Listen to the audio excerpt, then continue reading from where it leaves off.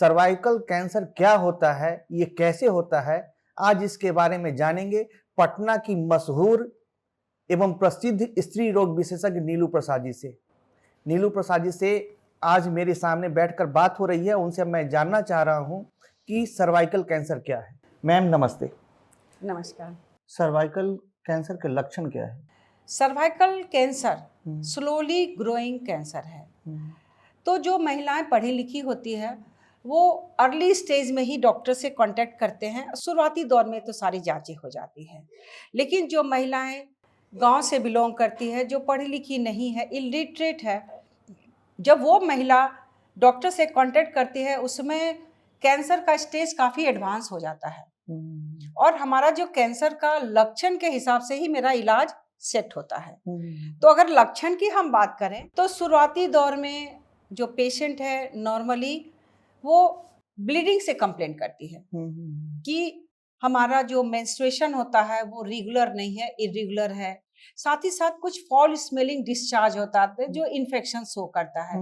उसके अलावा lower abdomen में पेन महसूस होता है और कभी-कभी लेट स्टेज में आते हैं, काफ़ी फ्लेयर अप हो जाता है, तो उसमें ब्लैडर और बॉवेल का इन्वॉल्वमेंट होता है।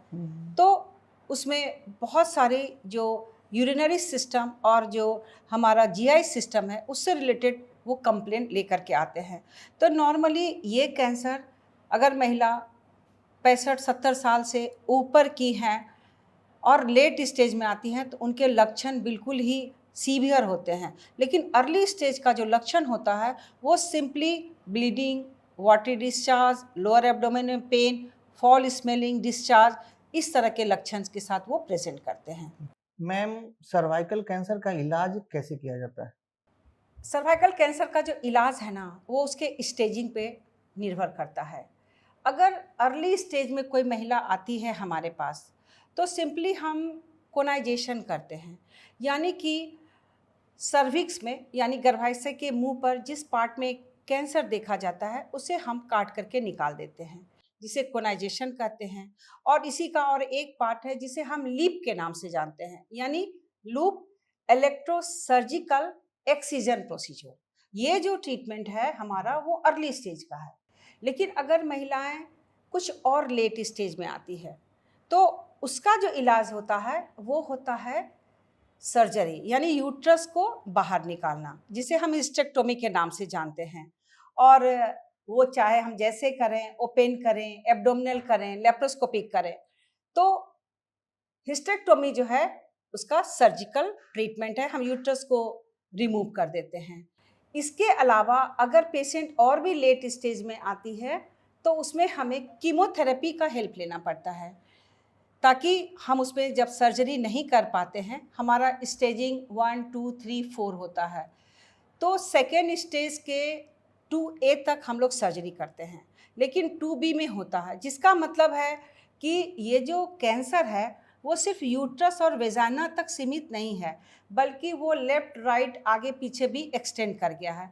तो वैसे कंडीशन में सर्जरी नहीं की जाती है। वैसे कंडीशन में हम कीमोथेरेपी करते हैं, यानी पैलिएटिव थेरेपी है। हम कीमोथेरेपी के द्वारा जो सर्वाइकल ग्रोथ है उसे हम रोक करते हैं, रोकथाम करके रखते हैं कीमोथेरेपी। और उसके बाद जो और भी इस तरह से लेट स्टेज में आते हैं जहाँ पर सर्जरी पॉसिबल नहीं हो पाती है, उस कंडीशन में हम रेडियोथेरेपी देते हैं।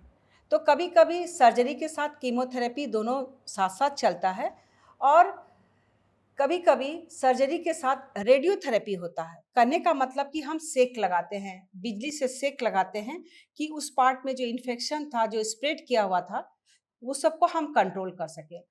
नॉर्मली क्या होता है कि ये जो सर्वाइकल कैंसर है उसमें यूट्रस और वेजाना के साथ साथ जो सराउंडिंग स्ट्रक्चर है, हमारा बॉवेल हैबिट यानी कि हमारा जो जीआई सिस्टम है, कॉन्स्टिपेशन ना होना, डायरिया ना होना, और फिर जो ब्लैडर इन्वॉल्व होता है वो ना होना, उन सारी चीज़ों के लिए हमारा रेडियोथेरेपी और कीमोथेरेपी उसे हेल्प करता है, ताकि महिला जितना भी दिन आगे बचे, सर्वाइव करे, तो वो अपनी ज़िंदगी अच्छे से गुजर बसर कर सके। कितने स्टेज तक ये समझा जाए कि मरीज का लाइफ सिक्योर्ड है?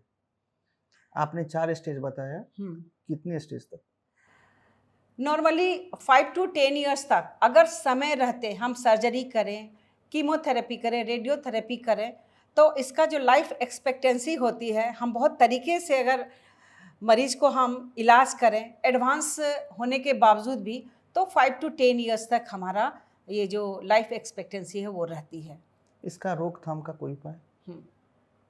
बिल्कुल ही है। इसका रोकथाम सरकार के द्वारा अभी बहुत सारे ऐसे कदम उठाए गए हैं जिसका जो मुख्य उद्देश्य है कि कैंसर जो होता है हमारा वायरस के इन्फेक्शन के चलते, वो इन्फेक्शन हो ही नहीं। तो सबसे इम्पॉर्टेंट है कि जो हमारा वैक्सीन है, अभी गार्डासिल और सर्वेरिक्स 2 वैक्सीन होते हैं जो ह्यूमन पेपिलोमा वायरस पर काम करते हैं।